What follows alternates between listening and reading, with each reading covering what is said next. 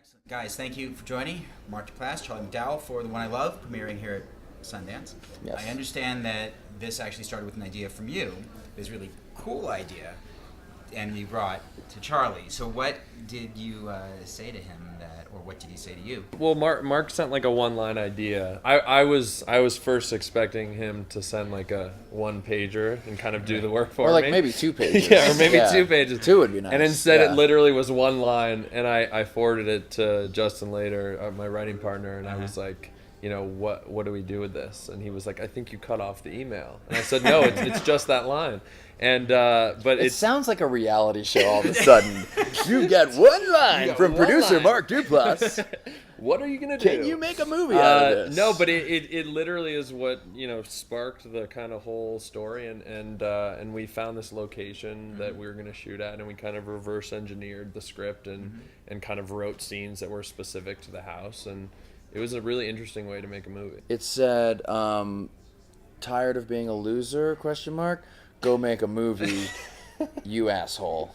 Love, Mark. I think it was something like that. It was something. Yeah, Yeah, it was something like that. That sounded like 2 lines, but it was 2 lines. Yeah, you're I think right. it was just one. It was just. I think it was just tired. I don't of being think a you called loser. me an asshole yet. Yeah, exactly. That was later. No, I think the genesis of it and the idea was to make something that was a Sundance type movie, like a romantic comedy in the vein of things that I had done before, and also to do something with Lizzie, who I think was due for an in-depth character study that's not in the 60s or in some weird non-specific time frame like top of the lake, but also at the same time to try and do something new and interesting with it. So part of the design of this film was like, let's do what we've done with a really interesting in-depth relationship study, but let's flip it on its head right when we get into the movie. So it was cool. It was a combination of being in a comfortable place where I know how to function in relationship study movies, and then getting into a very uncomfortable place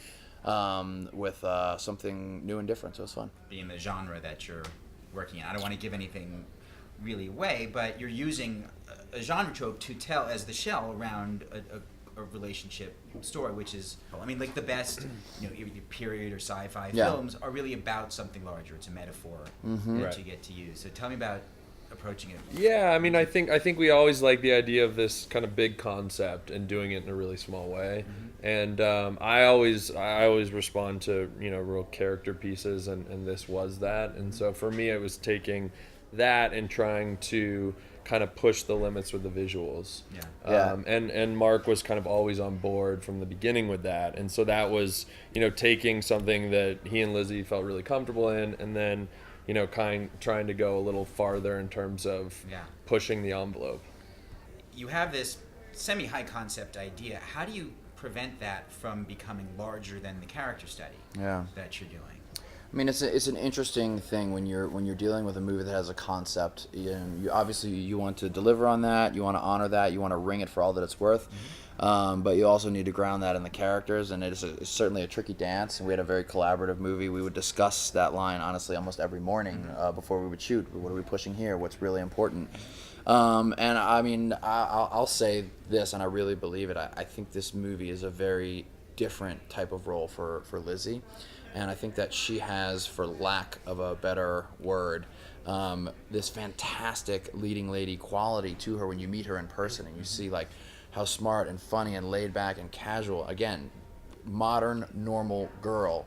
We haven't seen that from her yet, and also, without spoiling anything, there's an extra layer to that which she's never done before. So I feel like there's a credibility in her performance that sort of grounds all the sort of, I guess, more stylized and genre elements of the movie.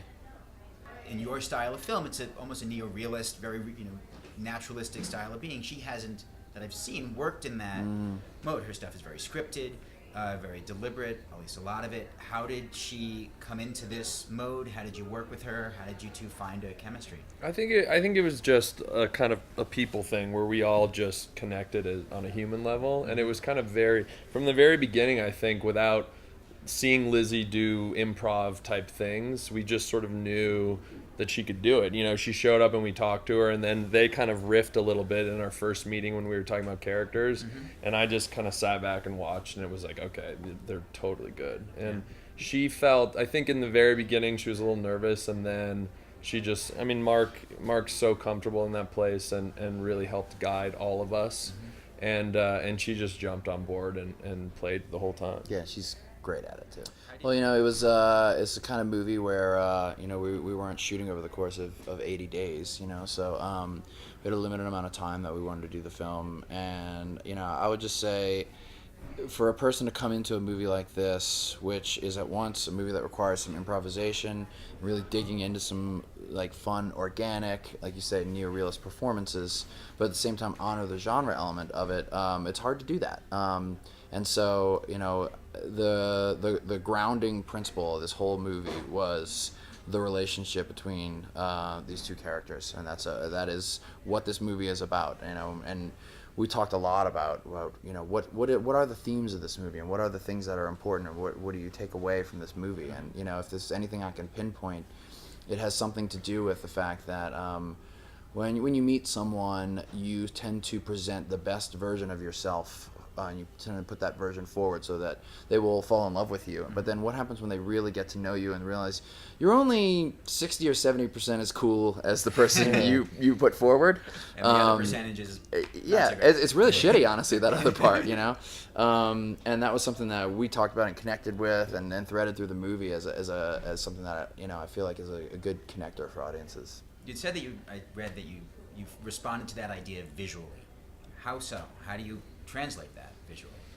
Yeah, I mean, I just, well, we were limited at one location. So for me, the biggest thing was, how do I tell a story kind of at one place and keep it interesting? And so we really kind of, there are two spaces that we shoot in, mostly a main house and a guest house. And I really wanted to have those almost be two different characters. So I approached them stylistically almost in different ways and used different lenses, and so that was exciting for me to kind of almost take what they were doing with their characters and then visually add on to it with these sort of two other type of characters. Yeah, and to be clear, I like the movies I produced, I often tell my directors, I'm like, listen, just put your camera on your shoulder and follow the performances. Like, I don't care about lighting, I don't care about any of that stuff. And I think a movie like Your Sister's Sister that I've done, or The Puffy Chair Hump Day, represents that style. This is very different, and was an experiment on my part to see, can we get loose, naturalistic, organic performances with a really stylized visual storytelling? Can those two things combine, or will one hinder the other, you know? And it was really fun to see like how far we could push that envelope and still maintain a good performance. Well, what's your takeaway from that? I mean, the films that you do after, will you start to mutate style based on... If Charlie comes with me, I will. Yeah. Yeah. Well, cool. Thank you guys so much for joining, and Thank you. Good luck this week. The premiere is when? Tomorrow night. Tomorrow night. 8:30. Yeah. Excellent. Well, Awesome, man. thank you so Thank much. you very The one much. I love. Thank you.